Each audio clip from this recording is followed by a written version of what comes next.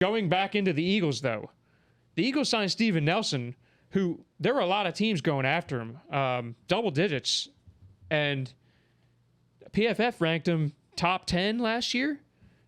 Young guy, a lot of upside.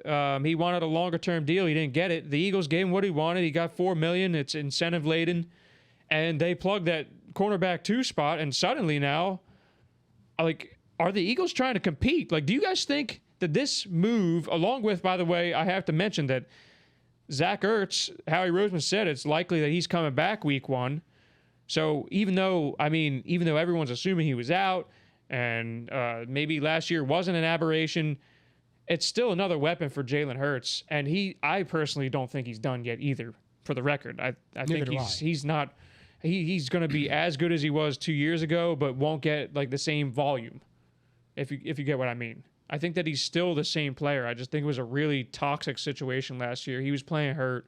He had the contract. I think he'll have a good year. I think so too. Now he actually has a wide receiver on the outside that's going to draw attention. Yeah, he's not going to have 4 people on him. Right. So what I'm getting at here is, like, does this change your thoughts about the NFC East? Because, I mean, it was already wide open as it is. Are the Eagles a playoff team, or like, would you potentially consider them for the division? It makes them better, but a wild card even. But like, it's a big deal. Like, that was a black hole on that defense. That was maybe the biggest issue on this team for years. You actually have 2 legitimate cornerbacks. Like, their secondary is good. Yeah, it's good now. I don't know, because they still do have question marks at quarterback and head coach. So I'm not ready to say that yet. I don't think they're going to be trash anymore. Like, I don't think they're going to be trash. I don't necessarily know if they're going to be good, but it depends on the rest of the division. Like, I don't think the NFC East is going to be nearly as bad as it was last year. And I think those division games are going to be really, really meaningful. And to me, it just hinges on Jalen Hurts. But you don't really know. Like, he did show some skill last year. But, if he comes out and he's got, 20, 25 touchdowns and keeps the interceptions low, and Devontae Smith is producing, Ertz is producing, like I said, you have 2 legitimate corners now. They could be okay. It's just, you don't, to me, there's just too many holes for me to put them in that contender status.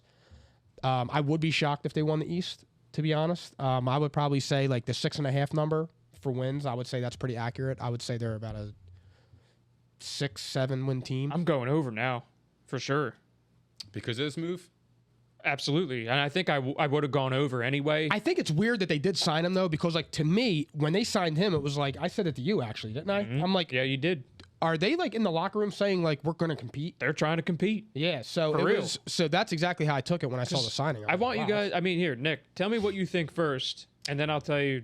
I like the move. I don't know if it moves the needle. To me, it was a 1-year prove-it deal, $4 million, to see if he can come back to his 2019 Pro Bowl caliber year. The reason why he didn't make the Pro Bowl in 2019 was because of his lack of takeaways.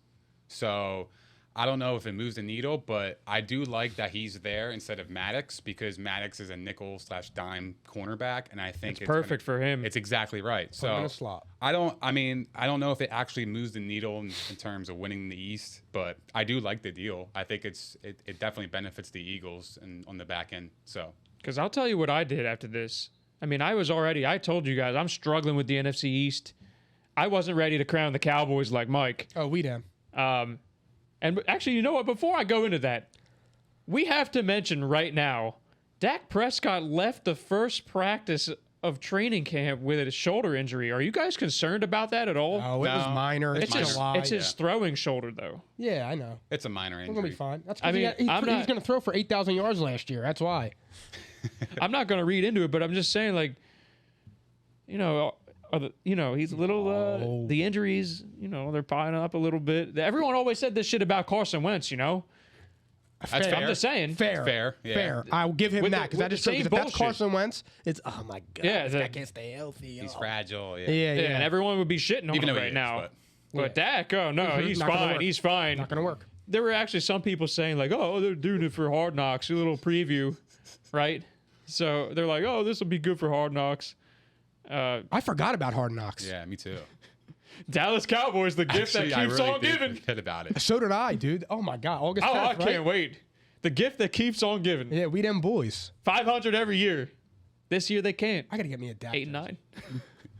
11-6. Nah, but for real. So I have to go back to the Eagles' point after that. I look at the roster top and bottom after this Steven Nelson move.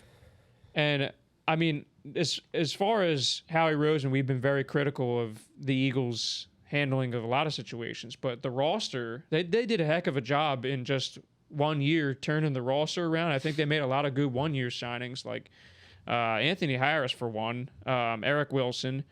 So also you got a new defensive coordinator in John Gannon. Maybe he gets the best out of Davian Taylor. Guys like that have to prove it a little bit. Defensive line is stacked as usual. They got Kerrigan. In the rotation. I mean, come on. So, I'm looking at this roster though, top and bottom, and this Devontae Smith really like seals the deal for me. I think wide receiver was the biggest question mark, and I'm starting to think that, like, I'm looking at this roster. I'm like, this is a really good roster. If Jalen Hurts is above average, this team is a playoff team. That's what I'm saying, and that's Mike. You can say what you look. I'm with you though. Look, but Mike doesn't know me as long as you guys do. I am the furthest thing from a homer. Anybody that watches this knows that. I am very critical of this team. I can't look at him. All I have to do is listen to him talk. I look at him. Look now, he's up to no good. He's trying to stir the pot. Okay.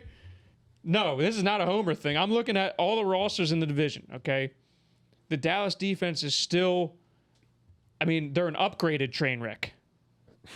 So, damn. I mean, I'm not ready to say they're going to be bad. An upgrade. I like the Parsons pick for the defense. Washington has the best defense in the division, but their offense has question marks. I mean, I actually kind of think that the Fitzpatrick signing was good for a year. I don't know if they'll be a consistent offense. I know Nick likes Washington. He's going to ball. The Giants, though, I think the Giants are like distant in fourth place. I think it's a 3-team race. I think Dallas's offense is the best right now, but I think the Eagles have the most balanced roster, and this all is pending on health. Because Brandon Brooks let me remind you something else. Like the Eagles and Cowboys offensive lines were the two most injured in the league last year. Tyron Smith hasn't played a full season since 2015 for the Cowboys. I think their offensive line scares me more. I think the Eagles actually got deeper there this offseason.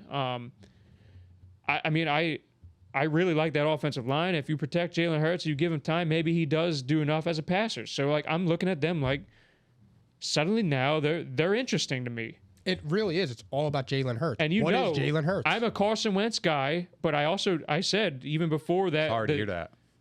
I'm sorry that you don't believe that.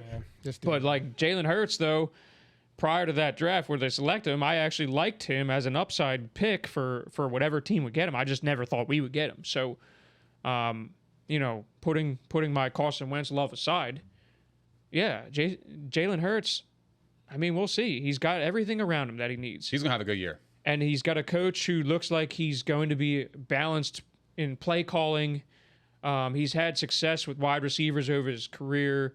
The Colts offense last year was good. They were very creative. He didn't always call plays. It was Frank Reich's primary job. So, yeah, I kind of like him, guys. I'm not going to make my division pick yet, but they just shot up after this signing because that was the biggest issue with this team. Major. We'll see. We will definitely see. I don't think it moves the needle for me, but I'm taking the over on 6.5 though. That's a lock. Yeah, I think so too. At this point.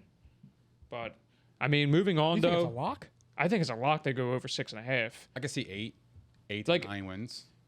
You're not going to get 7. They have the second easiest schedule in the NFL. That's the other thing. We got to look at schedule. Yeah. We didn't do that yet. The schedule was a little tough. I don't know why everybody was saying it was easy. It's going by last year's records, but I mean, I'm just saying, facts are facts. That's kind of a big deal. We'll see. I hope they're good. I don't want to watch a garbage ass team.